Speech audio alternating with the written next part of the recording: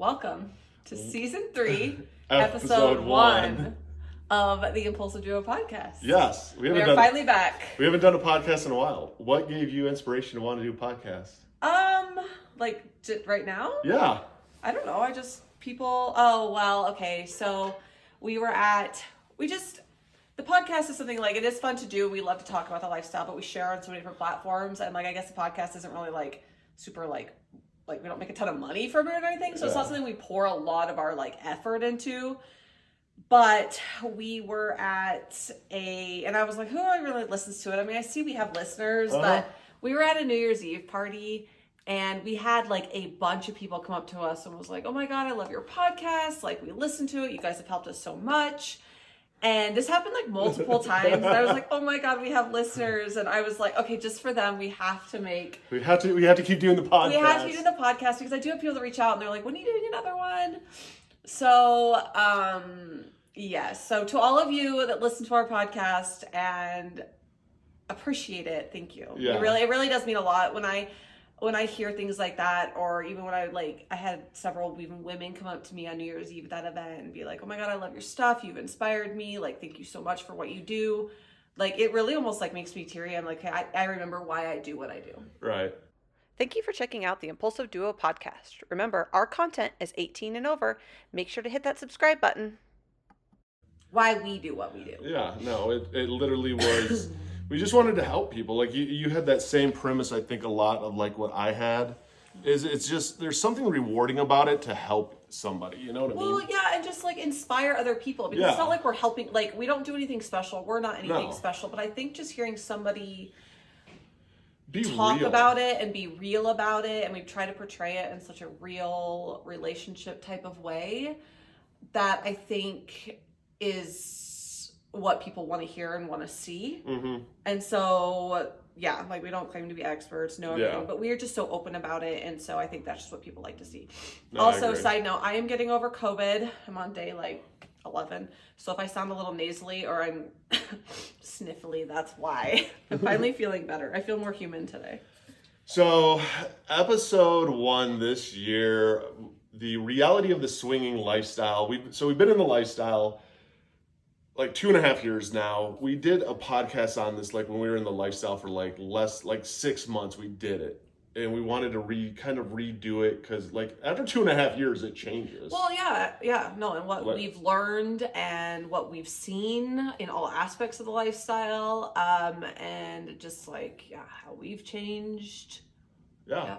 So I mean, what's the reality of this lifestyle to you now after 2 years?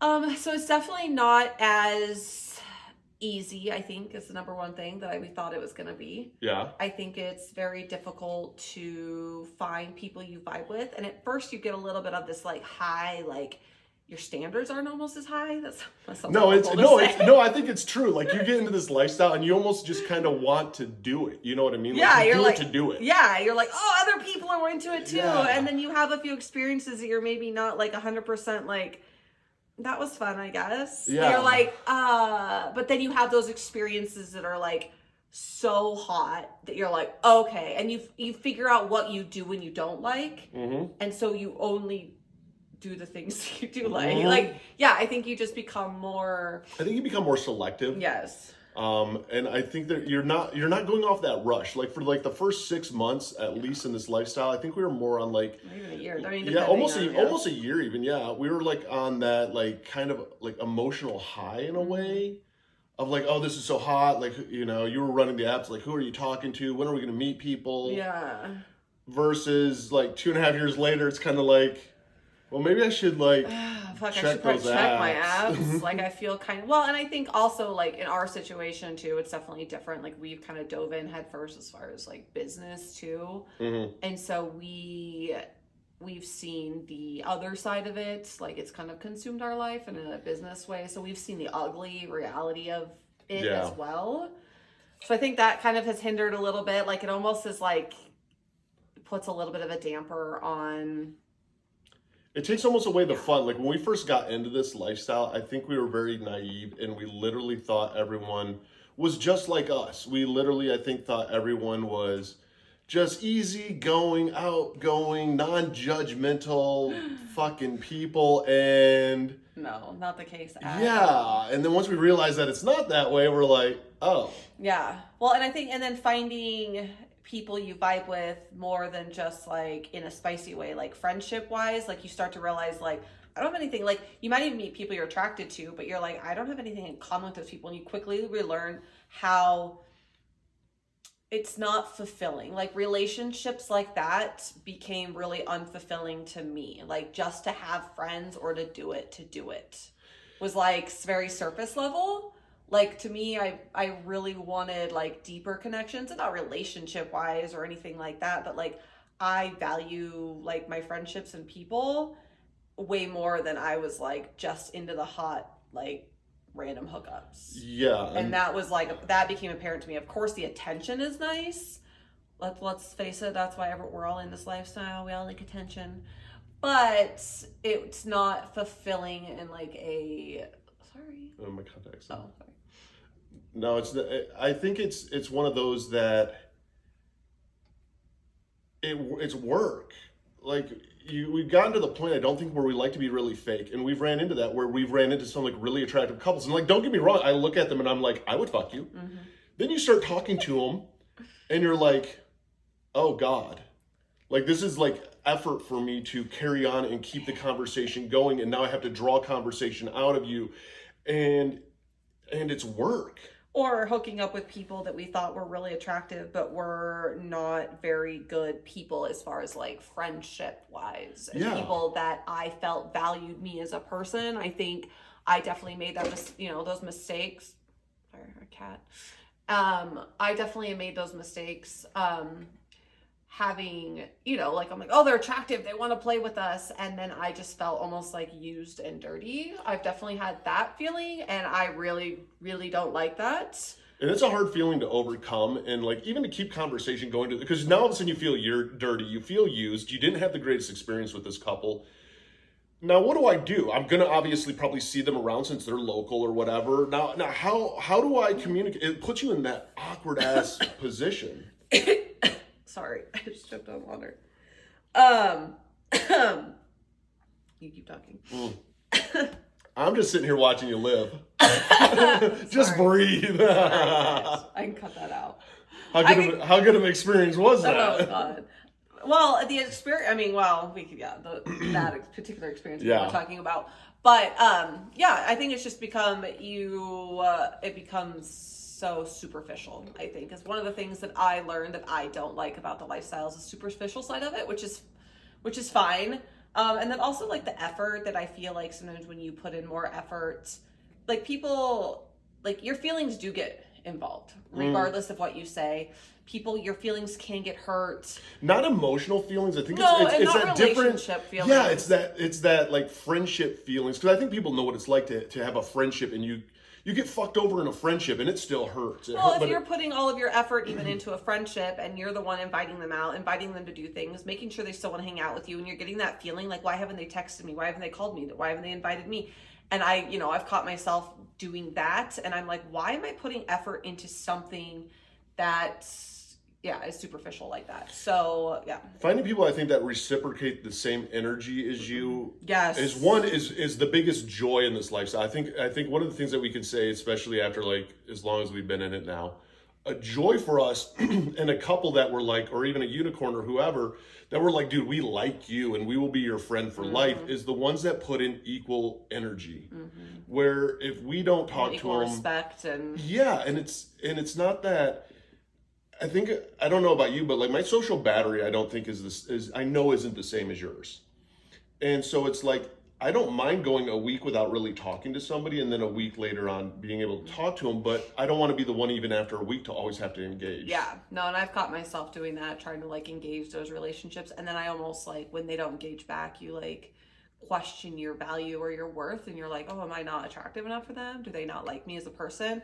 Like I have definitely caught myself doing that. So it's not healthy, obviously. So stepping away from things like that and just keeping an eye, that's obviously been big for me, and just not needing to thinking you have to play in order to be a swinger, I guess. It's like we haven't really played that much this year. Mm-hmm. And I always joke that I'm like, oh, for what we do, and we need to have some more experiences and more street cred, like I joke.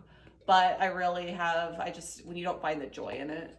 No, I've noticed that change in you, because like the first year of swinging, and I think that you made a joke out of it because there's part of you that believed it, and I can be wrong, but you'd be like, oh, we haven't done anything in like a month. We need to talk to people, or we need to go out, or we need to do somebody. You know what I mean? Yeah, we need some street cred. Yeah. We need to have something to talk about on our podcast. Yeah, and I would be like, oh, okay, like as your partner and your husband, I'd be like, yeah, okay, like if this, like, okay, cool, like sure, but like I've noticed you not put that pressure on yourself anymore of like, hey, if something happens and cool, but not putting us, especially like in that position where it's like we have to do this. Yeah, it just gets to you put too much pressure on yourself, and then you almost like beat yourself up for it. And I think and then I've also found from where we are now, where we were a year ago or 2 years ago,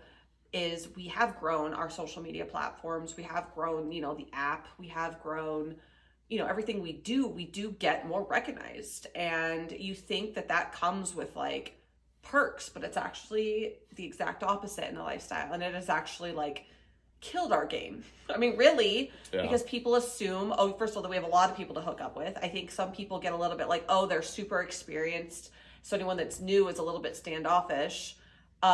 People assume that we're doing way more than we probably are, and so that is a turn off for some people. That we think we also, I've never really been told that, but like, even if we think we're too good for people or too good for situations, which is completely not the case. If anything, I'm a little bit like, I'm actually very awkward, shy, and timid in person. I mean, well, I guess I talk to people, but like, I'm actually like, when it comes to like playing, like you're not assertive. I'm not aggressive or assertive at all. And so I think that a lot of people, just because I play that on the internet, that's not necessarily. No, it's not who you essentially are. Like we've kind of learned over like the course of the years of like kind of what our roles are as a couple in progressing playing and stuff. And I think the biggest challenge that we run into now, especially, is in the beginning when you don't have a platform, or you don't own an app, you don't do any of this shit. You just kind of like, hey, let's be swingers. Mm-hmm. It's a lot easier to kind of like connect and play with people versus once you do, it's like, we don't want to ever come off like we're trying to take advantage of people too. And that's one of our big no-nos, and just I think a core belief in just our human nature of like, we don't want people to think, oh, well, we're going to try and use this to our advantage to try and hook up with people. Yeah. Well, and yes, no, that's totally true. And I think that some people might get the idea like, if we play with them, they're going to talk about it on some sort of platform or anything, which is, which we don't unless you're a subscriber to our Kiss and Tell. We're starting a new series on Instagram called our Kiss and Tell stories, but even that will never include location, people, time, or names. Obviously, like we'll never include any of that. But we'll actually tell our. We could talk about spicy stories that happened 2 years ago, and you wouldn't know when it happened. Yeah. Like we're gonna tell our stories in detail, but not.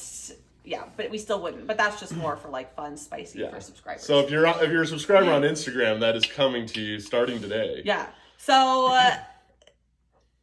so I think people think that they think that we're going to like show we're going to want to make OnlyFans content, which is also that's backfired a lot. That is backfired too, is because that is just something we do on the side. We do not see swinging and OnlyFans as even the same thing. Even like the few content we've made with people this year, we don't consider that swinging. We consider that work, content creation. That's it. Yeah. And so I think some people we still like the like fun.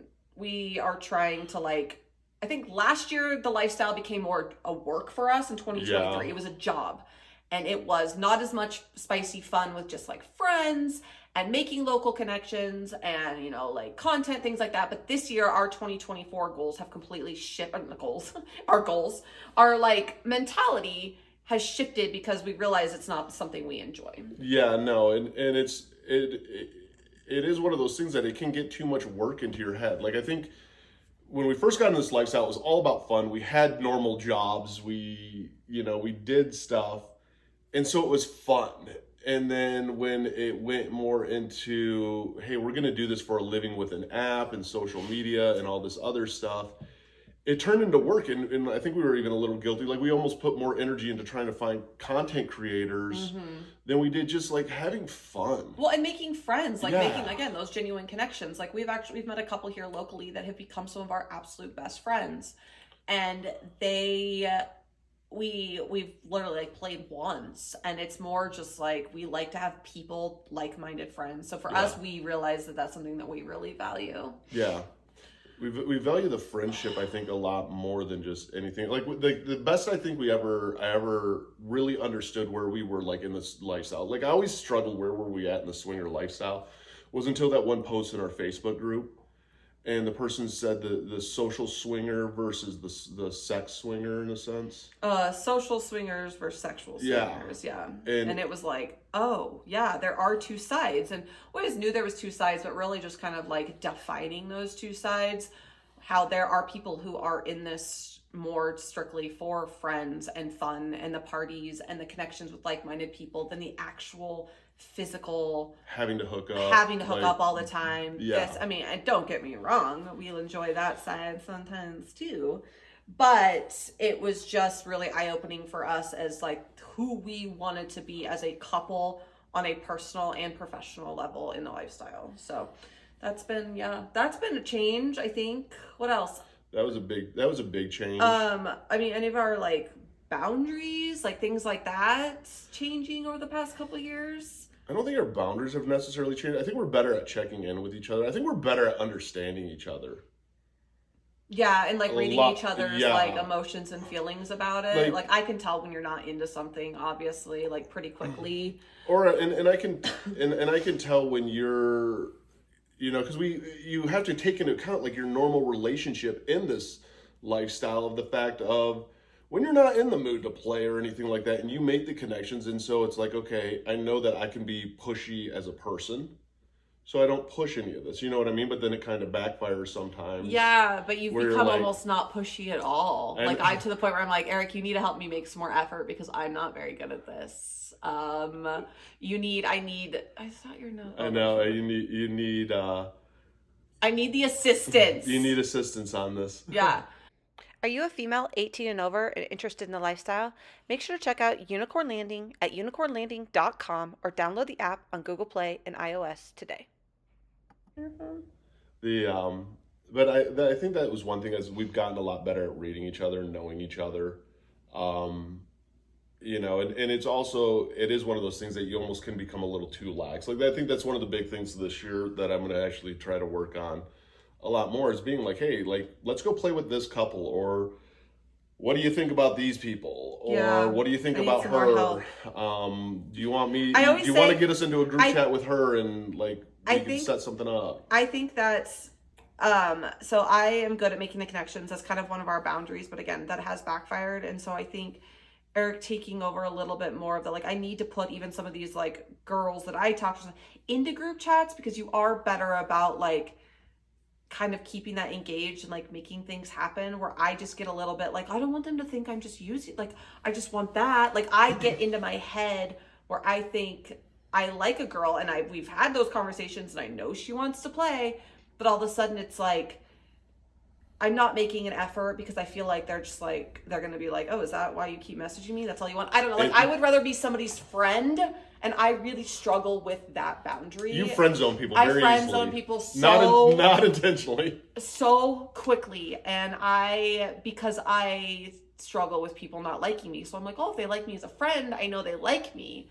So yeah, I really struggle with that. So maybe having you make more of an effort.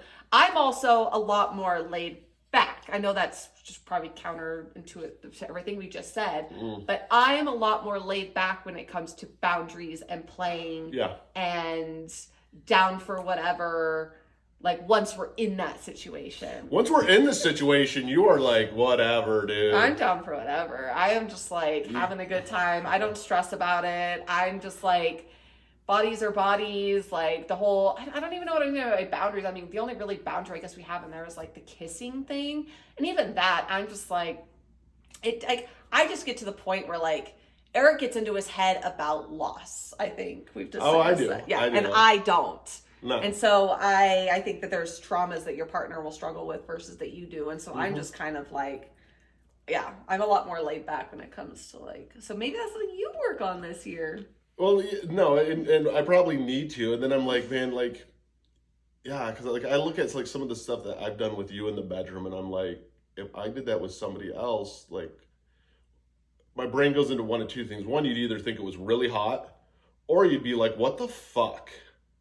You know what I mean? Like, what the fuck, because you didn't do that with me? No, like, you haven't done that to me in a while. Why did you just do it to them? You know what I mean? Yeah, I probably would. Like if you think about it, like if I finished with somebody and I licked it out and spit it in their mouth, it would be one of two things depending on your mood. You'd look and be like, oh my God, that was hot. Or you'd look at it and be like, you motherfucker.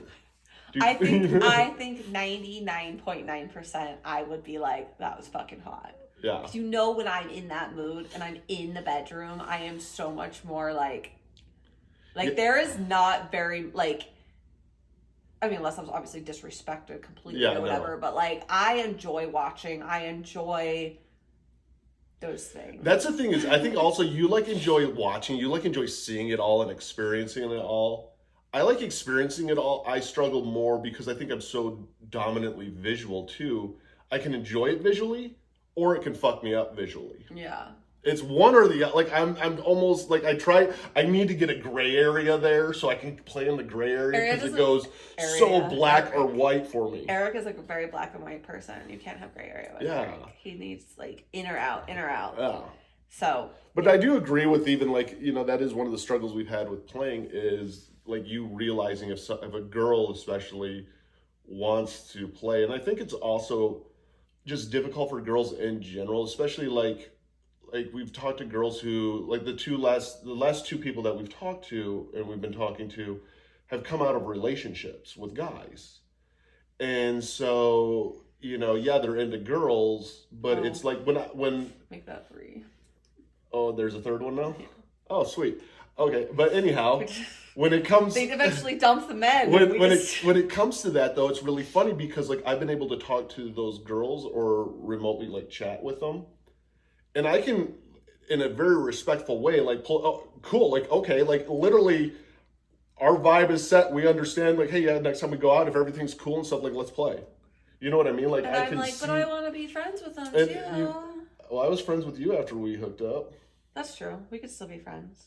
We're still friends with people we've hooked up with. Yeah, I was just going to say, aren't we really, like, friends, essentially, with everyone we played with? I know. I just feel like I just get really, really in my head about losing friendships or, like, losing that relationship, I think. So that's probably some trauma I need to work through. So wait a minute. You have fucking trauma on friendship. I have fucking trauma on relationship loss. Let's get our traumas together and just have a good old time. Let's be swingers. That's a great fucking idea. Maybe we should go there. Try explaining that to your therapist. Well, you know what we thought would be a really good idea to fix all of this? So, yeah, don't ever get in this lifestyle to fix anything. No, we're not fixing, not relationship-wise. No, absolutely not. But it is funny how it does, like, if you're not aware, I think, of some of your trauma, of what it does to you in this lifestyle. Can I please fix that eyebrow? It's just like, I want Eric's got crazy eyebrows. And so I mean that is one thing I think we've become a lot more aware of in this lifestyle. Yeah. I think the playing times that we've had have been a lot more fun, a lot more carefree. Oh, you know what I mean? I feel like now they're a lot more carefree and less like I don't get in my head like, oh, I'm worried about what Eric's gonna think or what I'm doing. Like I'm going to do, like even the last time we played, like part of me was like, you were kind of just watching for a little bit because the girl and I were, you know, we're just playing. And what were you and the girl doing? Things. Okay, I'm just curious. We were playing Scrabble. You know the funny thing is I need to find out what other guys do when girls are playing because like it's cool for me for about 5 seconds. I got this actually really hot visual, you guys. Here, I'll show you guys. Whoever's on video, if you're listening to this like on podcast, I'm sorry you can't see it, but I remember I was like playing with the girl and I was like, doing what I was doing. And I remember I just like look over and you're like, I think you were only in your underwear at that point. Yeah, I think so. That's what you're wearing. I was either only in my... But you were on like a recliner type thing, like a chair. And like you were kind of just sitting there. And like the way you were sitting was like hot. Like I look over and he's just like made like direct eye contact with me and kind of was just like... And I was like... You like what? Like I don't know. It was like one of those things like you see in a movie where you look over and the guy's just like just I don't know. Like I looked over and like he didn't look annoyed because sometimes I'm like, is Eric getting annoyed? Because I know like just sitting and watching isn't your super thing. And so I was like, he's probably getting annoyed that I'm like doing this for a while. But I also know that he likes me to enjoy myself and that's like important for him. So in my head, I'm like, work through it, Candice. He doesn't fucking care. And if he does, I don't fucking care. I don't fucking care if you care. No, I care. But you know what I mean. Yeah, I know. I was enjoying myself. And so I look over and I was like, I don't know. It was just like a moment. I just remember, I had the very visual moment and we were by a fireplace, remember? And the fire was going and like it was like glowing and it, like the whole room was just like... And the funny part is me as a guy, and I think a lot of guys can relate to this. Maybe not, I don't know, but I'm looking and I'm like, okay, yeah, that's cool. That's hot. But then all of a sudden I got like fascinated more with the fire flickering just off of your naked body and going, God, that's fucking hot. Like your body looks fucking great right now. Like that's literally what I was like majority of the time. I don't care what you're doing. Like, you were just watching the fire on the... Yeah, like watching it flicker on like your butt and stuff like that, of like the shadows and stuff. I thought it was really hot because, and I was really glad for the fire because normally like, after like a minute or two, I'm just kind of like, okay, I need to do something, or like, I'm gonna go do something. You're like, I'm gonna fall asleep. It was late too. It was like 1 a.m. Yeah, but I did realize like how much like we had grown because even like when we played with the one couple, and when we went on that one trip, one trip. Well, they listen to our podcast, so I don't really care. We love them. But we in North Carolina, in North Carolina, where you actually had an orgasm getting oral from another guy. And I didn't say anything during that time when we played through and all that. And then later on, I looked and I was like, so what did he do different? And you were like, I knew this was coming. Like you had your fucking boxing gloves up thinking I was going to like come at you. Fuck, Eric's going to be pissed. And not pissed I did that. And not like, pissed that it happened. More like I could just... Because I know that Eric can be a little insecure and stuff, and like, how did he get you off? And I haven't gotten you off like that. Like, I just could. I haven't gotten you off like that in a while. I was worried I was gonna eat at Eric like emotionally, so I was like, oh fuck. But I was like, but at the same time, I was like, fuck that. I'm enjoying myself right now. And like we talked about it. I'm very visual. It's when there's I like to watch you please people, so that was turning me on. I was touching her. The whole thing is what got me off. I don't just get off from physical touch. I have to have the like visual, like, all of that. Yeah. So for me, it was, that was why, but I was like, oh God, I hope Eric doesn't like take this like. So yeah, you thought I was going to take it the wrong way. And the funniest part was I had to look at you literally and be like, stop. Like, I'm not mad. Like, stop. I was more curious because I pride myself on oral skills. But it wasn't the skills. No, it was good, but it was more the like, the skills were good. I didn't mean it like that. It felt very good, but it was more everything combined, which then disappointed me because I was really like, as a guy was literally like, please, I hope to God I can learn something new. Like if I can learn something, like I'm always down to learn something new. Yeah, he's like, what did he do? I'm like, it was, and you're like, oh, it was more and I'm like, well, I can't just reenact other guys and boobies and all this shit all the time. So damn it, this is not a skill that I alone can bring into the bedroom. No, but you also know we're very visual. Yeah. Like even our like spicy bedroom, I think is like gotten like different and better over the course of us being the lifestyle. Like we talk about experiences we've had, we talk about experiences we want to have, like, oh, if somebody was doing this to you, and like that turns us both on. So I think having those experiences allows you to also like visualize them and talk about them. Yeah, so that is definitely like kind of been a fun thing to add to like our personal like. Yeah, because I mean, this does. I mean, the more that we've gotten in the lifestyle, I think we have. I mean, we've always have had a good bedroom life. We've always had a good sex life. Especially when I have had COVID for 2 weeks. Yeah, that was hot. But but besides that, It's, you know, and that's, I think, one of those biggest misconceptions that people have. But I mean, through our whole experience in the lifestyle, I don't think our bedroom sex life has, the only thing I think that's hindered our sex life in the bedroom has never been the lifestyle or anything. It was more of 75 hard or the fucking sleep number bed. I mean, we have, instead of... This is our PSA for a sleep number bed. If you get a sleep number bed, is it cock block? It is the biggest fucking cock block if you don't set it on hard settings. Her sleep setting's like 35 and mine's like 45.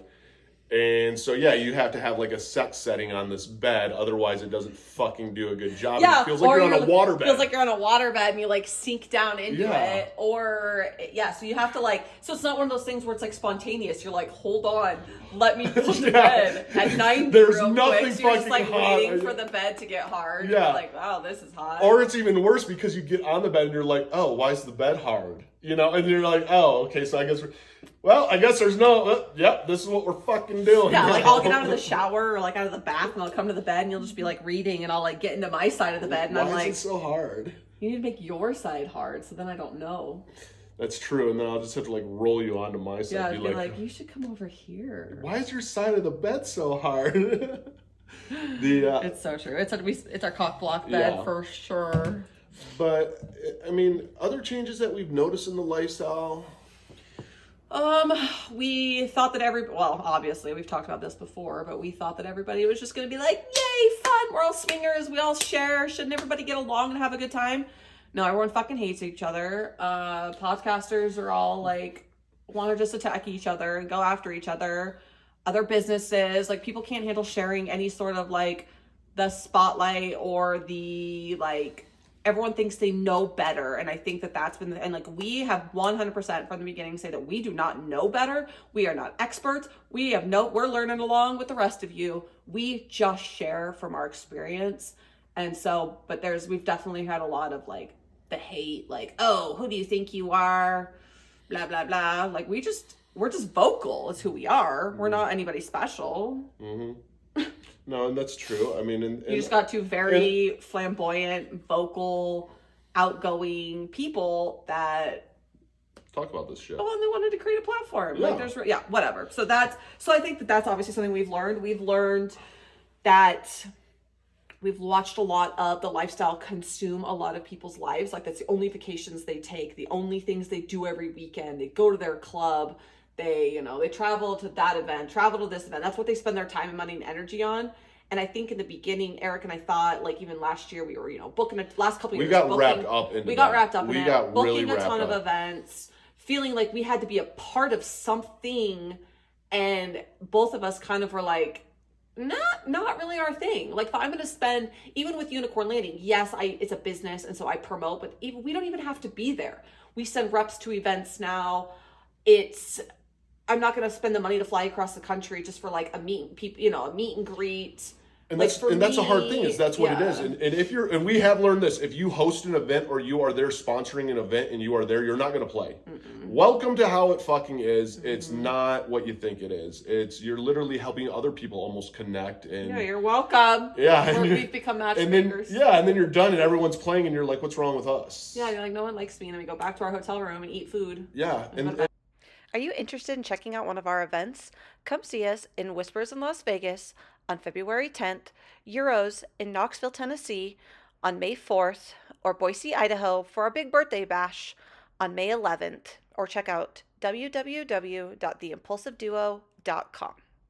And then we became so obsessed with like traveling and having like we wanted to fit in. We wanted more and more friends and think we need to be somebody. And it's just became, we're like, it doesn't, like if I'm going to spend, like my daughter is going to be a senior next year. Like if I want to spend my time, my kids are very involved in like activities and school sports and drum corps and baseball and basketball, like I want to be there. I don't want to miss these weekend games. I want to travel with my kids. I'm taking my daughter to Europe this summer. Like I want to spend my time and energy on things that bring me value and joy. And so I think, don't get me wrong, we still go to events. We're headed to an event next weekend because we do value a lot of people. For me, it's like we really love Cole, who's hosting this event next weekend. And so it's like, I want to go spend time with the people that are going to be there because I like them as people and I want to support them.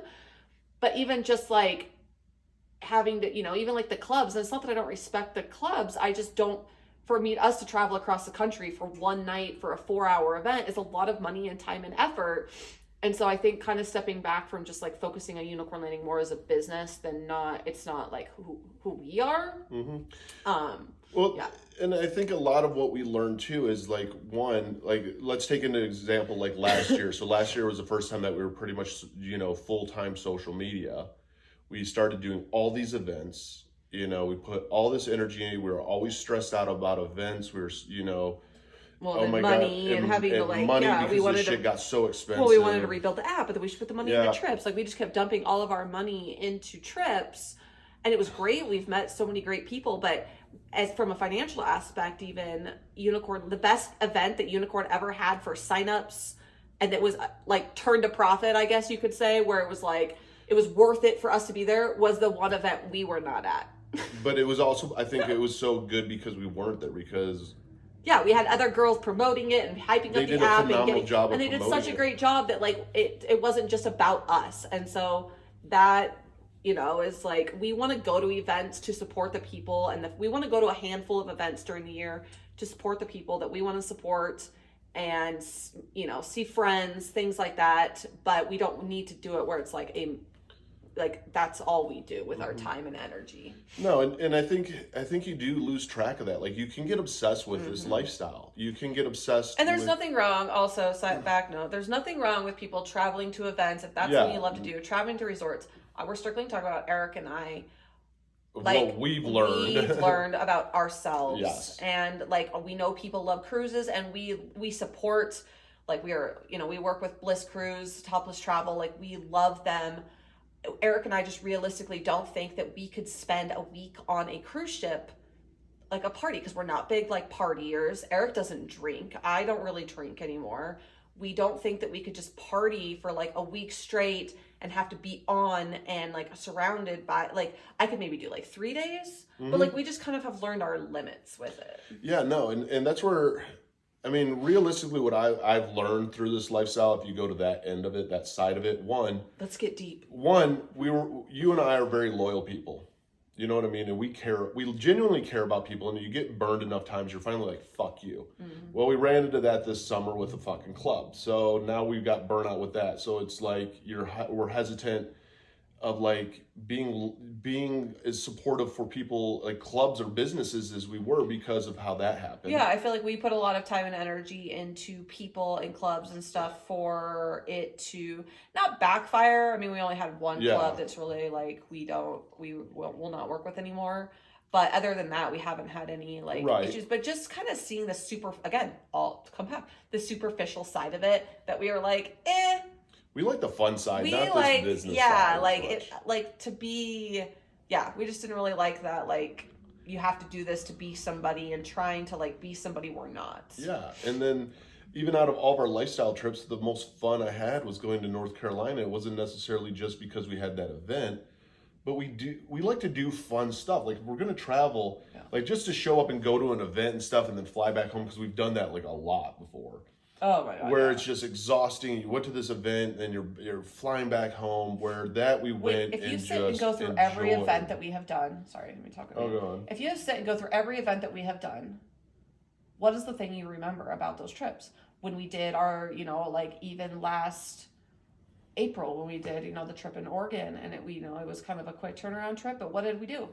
What's the one thing you remember for that whole trip? Who we hung out with all weekend. It wasn't the actual club. Yeah, we had fun at the event. Yeah. That's where I met Leg Licking Girl.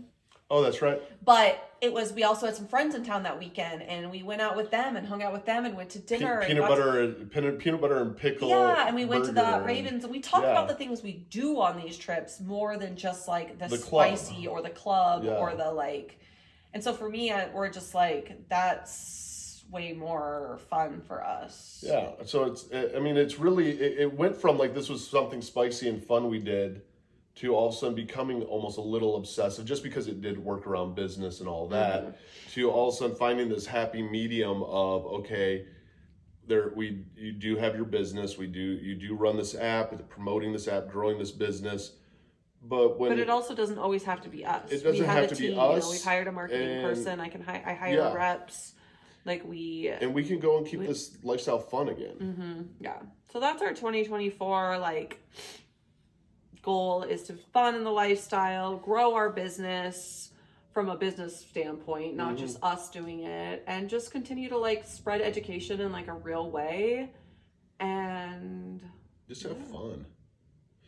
This lifestyle is fun. It just is one of the things. It'll burn you out. It'll burn you out, and you have to remember, like the thing, you just have to remember that your relationship is like the number one priority, and like your memories and family time and fun. Like, you can't get that back. Yeah. Yeah, you're not getting any of that back. Like, have those, you know, if it's between going to a couple clubs or taking this fun family vacation, my suggestion, go to one club and then do the fun family vacation. Don't, you know what I mean? You'll never get that family time back.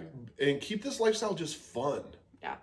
Keep it. Don't put pressure on yourself to like, and if somebody doesn't play with you or it doesn't happen right away, don't take it personal. Like, a lot of people have things going on in their life. Like, it's just not, yeah. You can't take anything personal in this lifestyle, and just keep it fun, and find some people you connect with. And if something fun happens, something fun happens. Yeah. Thank you for checking out our podcast. For more resources and information, check out theimpulsiveduo.com and stay tuned for season 3, episode 2.